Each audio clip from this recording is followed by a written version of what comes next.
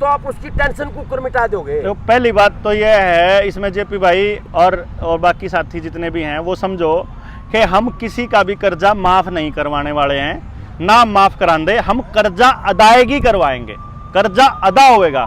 क्योंकि देश मतलब चुकता करेंगे। अच्छा। सारा लोन चुकता करके सेटलमेंट नहीं करेंगे, एनओसी लेंगे, अपनी जमीन छुड़वाएंगे। सेटलमेंट में तो क्या होता है, सेटलमेंट पर हो जाया करे, यहाँ पे हम लोग चुकता करेंगे। बैंकों ने समाज के साथ, लोगों के साथ क्या फ्रॉड किया है, इसकी जो सच्चाई है वो बाहर आ गई है। हमने आरबीआई के अंदर कुछ पूछा था, जब आरबीआई ने बताया तो हमारे तो पैरों के नीचे की जमीन खिसक गई। हमने आरबीआई से पूछा, अब इसको ये जो है ना दुनिया में और किसी को पूछोगे ना आप तो उन्हें पूछांगे यो क्या है, वो उनको होगा ये 100 रुपये हैं। कुछ लोग ने कहा 100 रुपये हैं, ये 100 रुपये नहीं है भाई, ये 100 रुपये का नोट है, मतलब 100 रुपये की पर्ची। और इसमें गवर्नर ने लिख के दे रखा कि भाई मैं धारक को, यानी जिस पे भी यह पर्ची है उसको 100 रुपये अदा करने का वचन देता हूँ। तो हमने गवर्नर तय, आरबीआई के गवर्नर तय ये पूछा, गवर्नर ने मैं जितने का भी नोट हुआ है, जितने का भी नोट हुआ है, देखो मैं धारक को अपने नोट पे ठा के देख लो सारे के सारे, मैं धारक को 100 रुपये अदा करने का वचन देता हूँ। हाँ ठीक है। अब ये 100 रुपये तो हमने सरकार से पूछा भाई तुम 100 रुपये जय 100 रुपये होंगे तो ये 100 रुपये होंगे, पर जय धारक को 100 रुपये देने का इसका मतलब है ये 100 रुपया का पर्ची है। जो अगर आप आड़ती पता नहीं लिया, अगर 100 लीटर डीजल की पर्ची लिया है तो जिस पे भी आप पर्ची होगी अपना डीजल लीटर ले लो, है ना। तो इस तरीके से उन्होंने क्या किया, हमने आरबीआई से पूछा भाई ये 100 रुपये के हैं, जिसने तुम 100 रुपये देने का 100 रुपये देने का वचन दे हो। तो तब आरबीआई ने अपने को जवाब दिया कि 1 रुपया मतलब 777 मिलीग्राम सोना, 1 रुपया मतलब 777 मिलीग्राम सोना। और इसके बारे में हमारे जो साथी हैं अभी कुछ दिनों के बाद वो इसकी पूरी पोल पट्टी खोलेंगे देश के अंदर। जिस दिन 1 लाख लोग समझे हुए हमारे पास हो गए पूरे देश में, उस दिन हम ये पूरी सच्चाई दुनिया के सामने बड़े प्लेटफॉर्म से लेकर के आएंगे। फिलहाल के लिए हम क्या कर रहे हैं, लोगों को सिर्फ बता रहे हैं कि आप लोगों के साथ हो रहा है फ्रॉड। फ्रॉड कैसे हो रहा है ये समझो। यो 1 रुपया है जो 2008 में बना था, ये 1 रुपया है जो 1942 का है, यो 1 रुपया है जो 1891 का है। अब ये 3 रुपये हैं।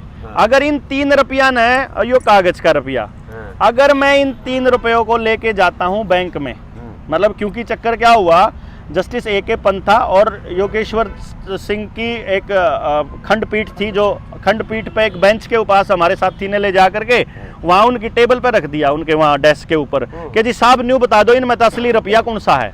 क्योंकि रुपया कभी चलन से बाहर हुआ नहीं, नोट बाहर हुए हैं, 50 का, 100 का, 500 का, 1000 का नोट चलन से बाहर हो गए, वो लीगल टेंडर नहीं रहे, लेकिन रुपया कभी चलन से बाहर नहीं हुआ। तो रुपये की कीमत तो रुपये की कीमत रहेगी।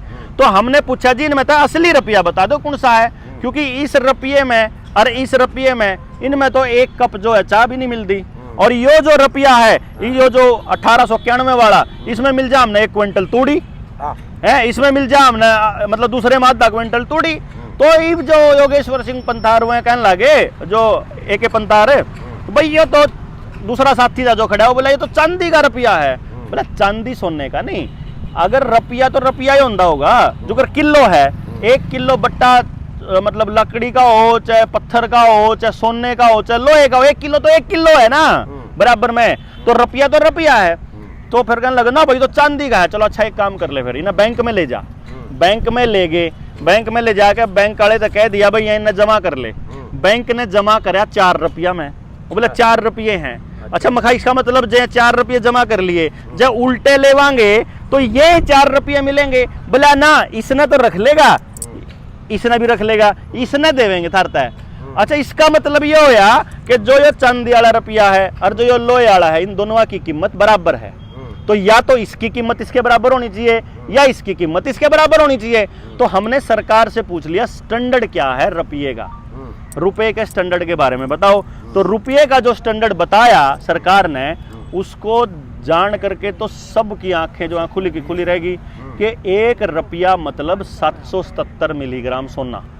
1 रुपया मतलब 777 मिलीग्राम सोना।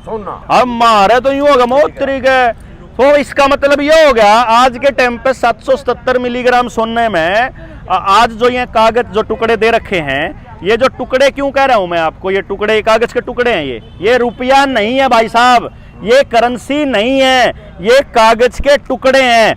असली करेंसी होया करती वह जो आपने अगर नोटिस करा हो 1968 से पहले एक नोट आया करता, जो हमारे पास वो नोट पड़ा हुआ है और उसकी फोटो हमने खींच के रखी हुई, क्योंकि बार बार खोलने निकालने तो टूट जा पाट जाओ, जिसने चाहिए तो हम लाइव भी दिखा देंगे। ये 10 का नोट आपने देखा होगा पहले कभी अपने पास ना, ये 10 का नोट ना। इस 10 के नोट की खासियत क्या है, इसको आप दोबारा से बैक जाके देख लियो इन्हें रोक के, ताकि आपको पता चल जाए इस 10 के नोट की खासियत क्या है। इसके अंदर क्या लिखा हुआ है, इसमें लिखा है आई प्रॉमिस टू पे द बियरर ऑन डिमांड। इसमें ऑन डिमांड लिखा हुआ है, द सम ऑफ 10 रुपीज, और नीचे लिखा हुआ है at any office of issue. मतलब क्या है, जैसे इस नोट पे लिखा है ऑन डिमांड नहीं है और at any office of issue नहीं है, तो इसका मतलब क्या है कि अगर जय हम भाई इसके बदले में अपने को गवर्नर 100 रुपये देगा, इसके बदले में 100 रुपये देगा, कहाँ देगा, कड़ा जाके लेवा और कौन लेवेगा और कद ले सका। हाँ, उस नोट पे लिख रहा था कदे भी ले और at any office of issue, यानी किसी भी बैंक में जाके ले लो, ऑफिस ऑफ इशू मतलब बैंक। तो फिर हमारा न्यू होया कि भाई नहीं हो एफिडेविट क्यों चेंज कर दिया। आप तो वकील साहब हो जेपी भाई, एफिडेविट बदल सको क्या आप अपना, किसी और का बदल सको। हमने सरकार से पूछा एफिडेविट बदल सका, हाँ, और जो गवर्नर का एफिडेविट बदला इसका क्या होगा, आजीवन कारावास। जो कोई गलत नोट में ट्रेडिंग कर रहे हो तो क्या होगा, आजीवन कारावास।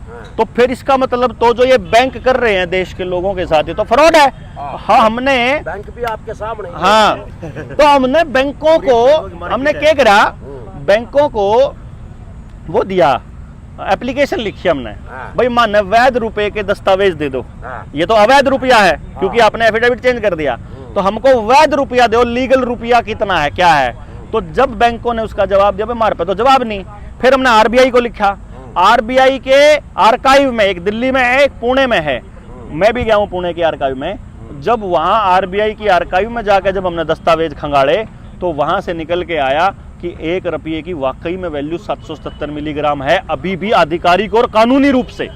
फिर हमने बैंकों से हिसाब लेना शुरू करा, जय किसी का 5 रुपये का लोन है तो वो 1 वैध रुपये में उतारा जा सकता है, समझ लेना इसको, वैध रुपये में, क्योंकि ये तो अवैध है रुपया। तो हमने जब बैंकों के खिलाफ एफआईआर करानी शुरू करी तो बैंकों में भगदड़ मच गई कि ये तो 5,000 रुपये का लोन 1 रुपये में उतरा है, 50,000 का लोन 10 रुपया में उतरा है, और 5 लाख का लोन 100 रुपया में उतरा है आज के टाइम पे, आज के सोने की वैल्यू के हिसाब से। तो फिर हमारा समझ में आई कि बैंक तो जो है लाखों करोड़ों रुपया जो है देश के लोगों का डकार गए, सारा सोना लूट लिया, सारी जमीनें लूट ली हैं, फिर भी विदेश भाग रहे हैं। हाँ, तो वो लोग भाग रहे ना, परेशान, वो अमीर लोग भाग रहे हैं, वो रुपए कर्जे में दब के नहीं भाग रहे, वो अपनी ऐश परस्ती में मौज मस्ती में भाग रहे, उनको भगाया जा रहा है, अपने देश का रुपया बाहर भेजा जा रहा है जानबूझकर। क्योंकि अभी भी आपको शायद पता नहीं है, आरबीआई प्राइवेट कंपनी है और आरबीआई इस टाइम भी जो बैंक ऑफ इंग्लैंड है उसके अंतर्गत काम करने वाली प्राइवेट संस्था है, और वो इजराइलियों की है, उन इजराइलियों की जिन्होंने गांव के अंदर निर्मल सरोवर के नाम के बोर्ड लगाए हैं, उन इजराइलियों के जो इंडो इजराइल प्रोजेक्ट के तहत गांव में घुस करके सारी जमीनों को कब्जा करने वाले हैं।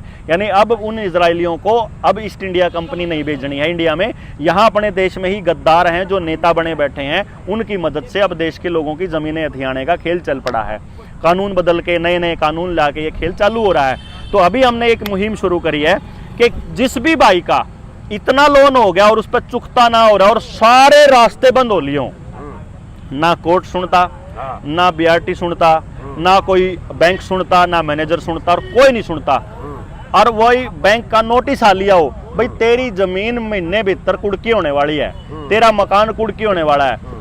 अपने जिले के जो हमारे जनता सरकार मोर्चा के साथी है उससे मिल लो, वो आपको कागज के दस्तावेज दे देगा, उस पर फोन कर लो। या तो करनाल जिले का फोन नंबर बताइए। करनाल जिले का भाई वीर सिंह का 98 96 98 24 28 98 96 98 24 28 नाम वीर सिंह नाम है भाई। ये नंबर जारी कर दिया है, फोन के बजाय व्हाट्सएप करियो, ज्यादा बढ़िया रहेगा। और व्हाट्सएप भी कुछ नहीं करना, ना अपनी मजबूरी बताने की जरूरत, ना अपना कोई एक्सप्लेन करने की जरूरत, हाँ। सिर्फ दो चीज भेजनी है आपने। क्या चीज जो भेजनी? लोन लिया था उस लोन अकाउंट की statement PDF loan PDF account बना के भेजियो भाई। आगे टेंडे फोटो खींच के भेजोगे तो कोई जवाब नहीं आएगा आपके पास। पीडीएफ बना के भेजो साहब सी लोन अकाउंट की स्टेटमेंट हाँ। और बैंक का नोटिस, बस ये दो चीज व्हाट्सएप कर दो, आपके कागज तैयार करके हम दे देंगे। जमीन नीलाम होने देंगे 1 इंच भी, किसी के भी घर ने बेघर, किसी ने भी बेघर नहीं होने देंगे, और सारा लोन चुकता करेंगे आप। चलो ये है, भैया दिखा रहा हूँ मैं, देवेंद्र बुलारा चैनल के साथ कह रहा है कि ये देखो एक और चीज दिखाऊंगा आप। तो यू नंबर जारी कर दिया है, पीडीएफ बनाकर ना वो भेज दें और उसके बाद डॉक्यूमेंट भेज दें, उसकी टेंशन मुक्त कर देंगे। अरे भाई बस उसको मतलब इस तरह से रास्ता बताएंगे कि बैंक तुमने तंग नहीं करेगा और नीलामी होने से रुक जाएगी। हमारा कागज जिस दिन बैंक के पास चला जाता है ना, बैंक का कोई कर्मचारी ना आपके घर आएगा ना आपके पास फोन करेगा, और महीने 2 महीने तक अगर उन्होंने हमारी आरटीआई और आवेदन का जवाब ना दिया तो बैंक के मैनेजर के खिलाफ एफआईआर हम करावांगे। सुन रहे हो किसानों, ये कह रहा है कि हमें अगर हमारे से मिल लेगा जो हाँ। टेंशन अरे किसान ने, अरे एक और बात है, वो किसान के घर ना तो बैंक आला जाएगा और नीलामी रुक जाएगी और टेंशन मुक्त हो जाएगा, फिर अगली कार्रवाई फिर जो ये कई लोगों को ना इन्होंने वो दिए थे, ये क्या बोलते हैं उनको, पोली हाउस बनाने के नाम पे बहुत लूटे लोग किसानों को ना।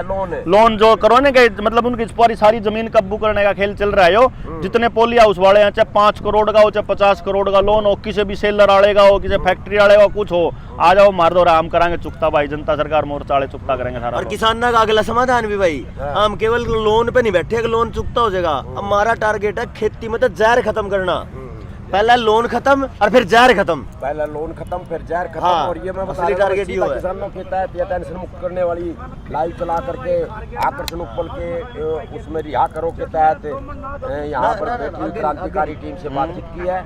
और भाई याद देख लेना, सुन लेना, कर लेना, टेंशन मुक्त हो जाना। और जी जी बहुत बहुत धन्यवाद। धन्यवाद। हमारा